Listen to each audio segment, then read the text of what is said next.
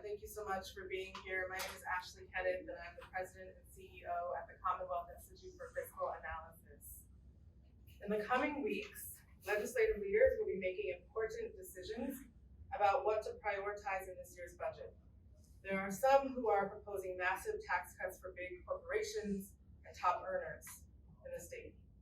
And today we are calling for legislative leaders to focus on an agenda that puts Virginia families first, ahead of big corporations.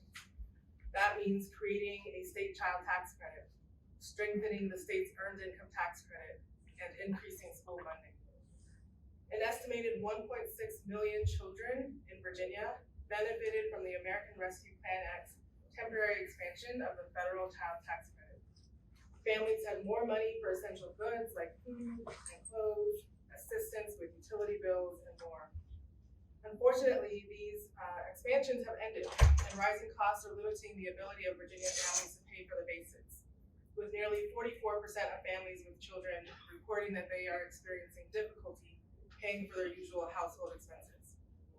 I'm excited to be here today with the women standing up here with me to talk about legislation introduced this year that would strengthen the state's earned income tax credit by making it 20% refundable, building upon the bipartisan success of last year when the legislature enacted a budget to make the credit 15% refundable. This is a targeted policy that boosts income for the families who need it most. We're also here to talk about establishing a state child tax credit in Virginia, the Commonwealth Kids Credit, that would provide a $500 refundable credit for every child under the age of 18 in households making up to $100,000 in adjusted gross income. As covered in our recent report, this would provide an average of $750 to 700,000 families, representing more than 1 million children in Virginia. Together, these targeted tax policies, along with strengthening our public schools, present a better way forward, a way for lawmakers to prioritize and invest in families through the state budget. Every child in Virginia should have the opportunity to attend great public schools in their community. State policymakers should finish funding what the Board of Education says is needed to provide a high-quality education, including the state's share of an additional 1,100 school counselors, 1,200 mental and physical health providers, 700 instructors for English learners, and more. Doing so, along with lifting the arbitrary cap on state funding for support staff and addressing teacher and staff shortages by raising compensation, would help expand educational opportunity for kids in every locality in Virginia. I'd now like to introduce our speakers. First, you'll be hearing from Delegate Marcia Price, followed by Delegate Kathy Tran, both of whom introduced legislation this year on the two family-centered tax policy solutions that I've mentioned. Then you'll hear from parents from Richmond and Newport News, Evelina Buendia, Sheila Dudley, and Latasha Delio. Thank you and good morning. As has been mentioned, there has been a lot of focus on tax cuts and tax relief this session. And though we have many unmet needs that could sure use investment, I know that a budget is a document of compromise and it looks like there will be tax cuts a part of it. So if we're going to move forward with tax cuts, what we're not going to do is just give relief to corporations who are making record-breaking profits through a pandemic and engaging in price gouging that is causing inflation in our great Commonwealth. The first step of a tax relief plan should be the folks that pay the highest percentage of their income in taxes. The earned income tax credit is that step. When folks say that they want to help all Virginians in times of inflation and struggle that they may be navigating, all Virginians means low-income families as well. It was disappointing to hear the other day a member insinuate that last year we had done enough already to help the population that would benefit from this, while in the same breath supporting a bill that continues cuts and benefits for the wealthy. It was also insinuated that the folks that would benefit from the EITC being 20% refundable don't work. And that is the most asinine thing that I could hear, because the families that I know that could benefit from this are some of the hardest working people I've met who just want to be able to take care of their families. and some others have extenuating circumstances that we can't ignore. So instead of inflammatory sentiments toward hardworking families, we should be centering our plans around them. If we were to make the EITC refundable at 20%, we could help a family of four earning $25,000 a year have an extra $300 in their pocket. Now, may not be as much, get as far as it used to, but that's several full tanks of gas, a trip to the doctor and the grocery store, help making rent after an unplanned medical emergency so that we can keep our families housed, help with utility bills, childcare, the list goes on. And I think we can all let that resonate with the things that we go through with our families. And I am not the math genius, but I do know that the cost of what we are proposing with the EITC, the cost that would help hundreds of thousands of families, would only cost 3.65% of the $1 billion tax relief package that others are promoting. Now, the real math geniuses at the Commonwealth Institute have done the work. They have crunched the numbers, and we know that hundreds of thousands of people can benefit from this from every district in the state. And this is in line with one of the recommendations from JLARC on their recent report about income taxes. This is one of the most consequential things we can do to help a ton of families. And they sent us here to fight. They sent us here to fight from Albemarle County, 5,140 people, Bedford County, 4,790, Campbell County, 4,570, Chesapeake, 17,690, Chesterfield County, 23,510, Halifax County, 3,400, Henrico County, 25,240, Loudoun County, 14,570, and the city where I hail from, 19,830, and those are not just numbers. These represent people that do need and deserve our help, and I hope that the cries and the statements made today will be heard by my colleagues. Thank you.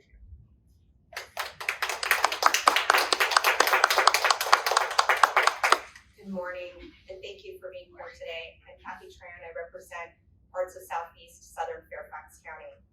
Earlier this week, I shared on the House floor my family's experience when my husband was laid off from his job in October.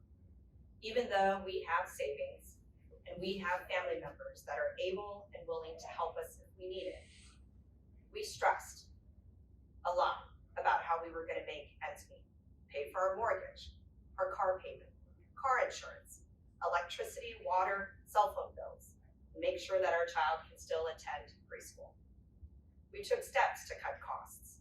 We looked into reducing our internet speed to lower our bill until we were able to get a new plan.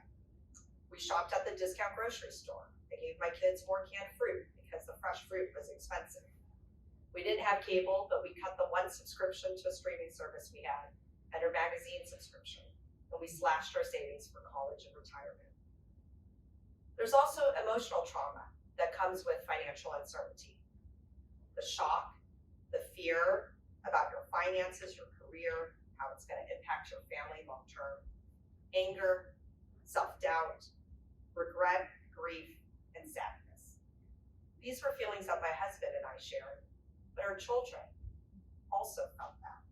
They felt anger and bewilderment, fear and sadness, and we know that that uncertainty and those feelings will stay with them forever. My husband started a new job last week, and we're really grateful. But too many Virginian parents and children deal every single day with financial uncertainty and the emotional trauma of not being able to make ends meet. They work hard and they stretch their paycheck to the point where it can't stretch anymore. But it doesn't have to be this way. We have a $4.5 billion surplus, and we can use that to provide targeted tax relief to our working families. The Commonwealth Kids Credit would provide $500 for an individual or married person filing a joint return whose family Virginia adjusted gross income does not exceed $100,000. As Ashley noted, this would help 1 million children in Virginia. 1 million kids. Delegate Price said maybe the money doesn't stretch as far, but think about the number of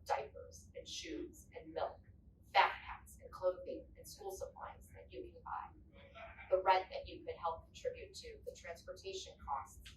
The list goes on of trying to live your life every single day. The federal government had a very successful child tax credit, and 13 states have their own child tax credits. New Mexico, New Jersey, Vermont, California, Connecticut, Rhode Island, Colorado, Oklahoma, New York, Massachusetts, Idaho, Maine, and Maryland. States across this country, red and blue states, that are using a proven model to address child poverty and provide much needed certainty to parents and children. Now the governor, just call it out, has proposed a $362 million tax cut for large corporations. He's doing this at a time when corporate profits are soaring. We need to put hardworking Virginians first. We need to put parents first, and we sure as heck need to put our children first. Thank you so much. Good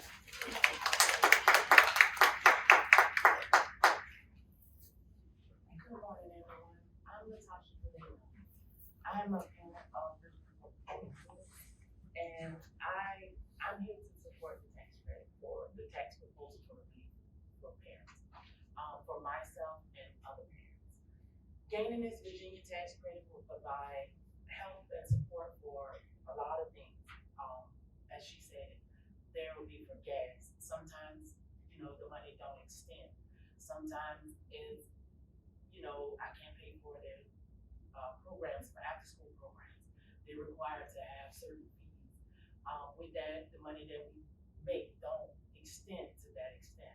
And cutting back on the funding, it makes it kind of hard as a single parent to adapt to that. Came January, I went to school and I completed medical assistant, trying to better. But as a single parent, it's still hard to make that end meet. There's not enough programs to help.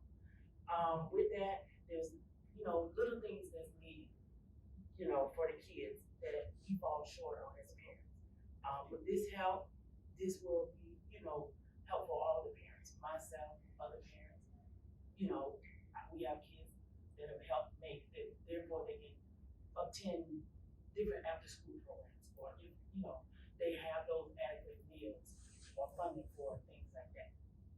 With that, I'm thankful for our delegates who support, and with this, I'm hoping that this proposal is through, so this will be support for my family and a lot of families.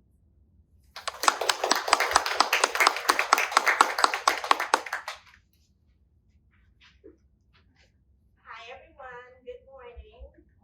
My name is Evelina Elizabeth Johnson Buendia, and I am a native of Panama, a resident of Newport News, Virginia, a self-employed single mother of a beautiful little boy, 6 years old. His name is Emil, and I'm also a breast cancer survivor.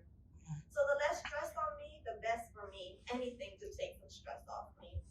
And today I've been given the opportunity to share with you what a tremendous lesson the current tax credit has not only been in my life, but in the lives of so many parents in Virginia today. For it has allowed me and my son to finally have our own home of our own, for it hasn't been easy to save.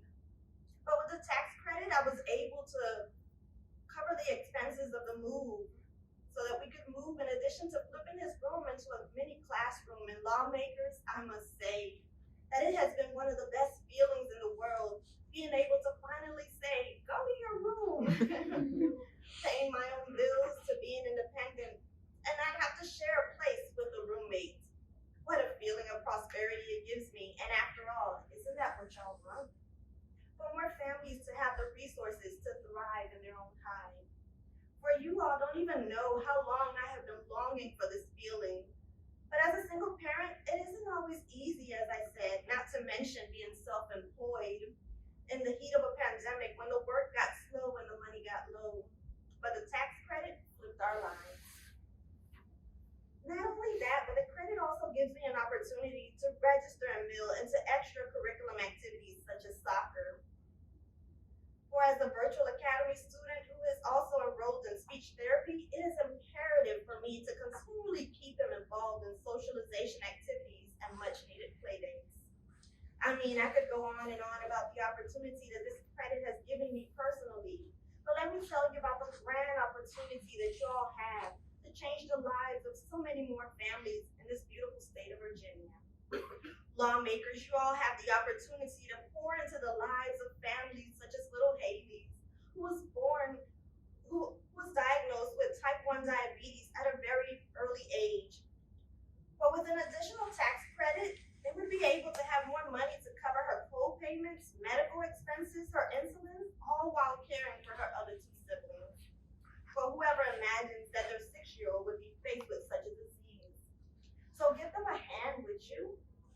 Lawmakers, you all also have the opportunity to help a single mother flip her overtime into quality time. Or if the state would step up, she would have more time to spend with them so that her family won't bend but continually mend.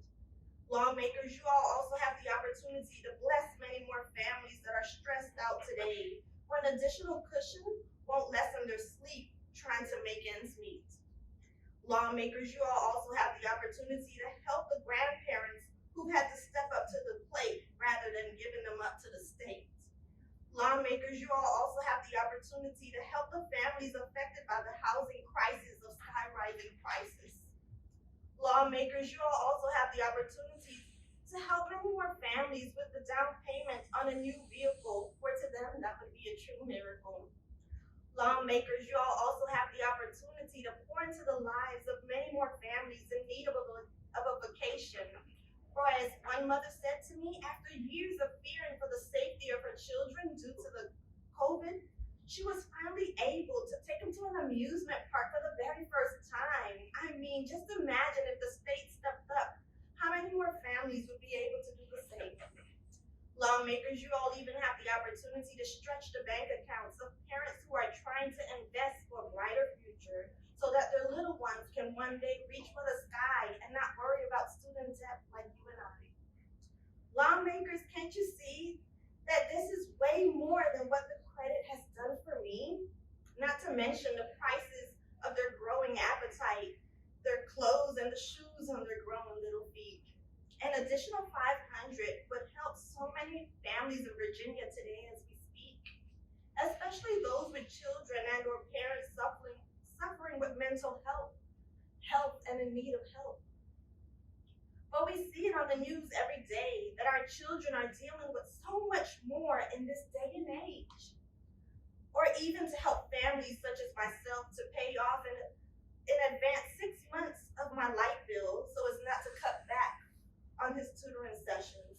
So please don't put your focus on those that may blow it or those that already get tons and tons of tax breaks, but rather put your focus on removing the sorrow and creating a better tomorrow. For there is a higher percentage of Virginians who pray for this sort of help every day. And lawmakers, you all have an opportunity. You have an awesome opportunity to do far, far more. If only the state can step up to the plate. Thank you.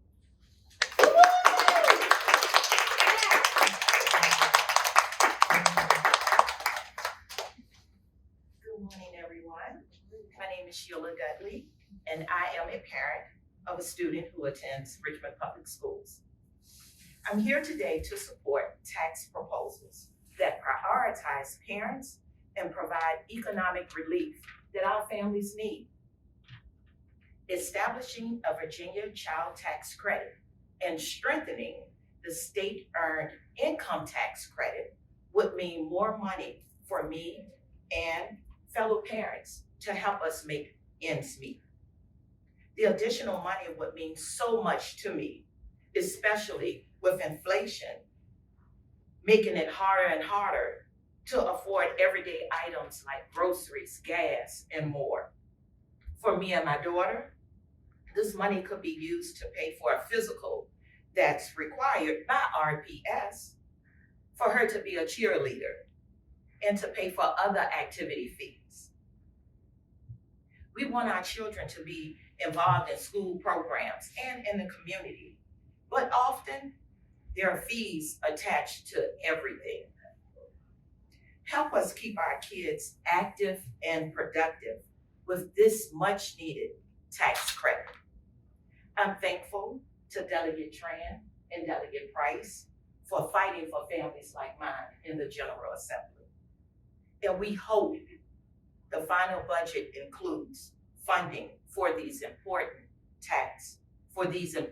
proposals. Thank you for your time and consideration. And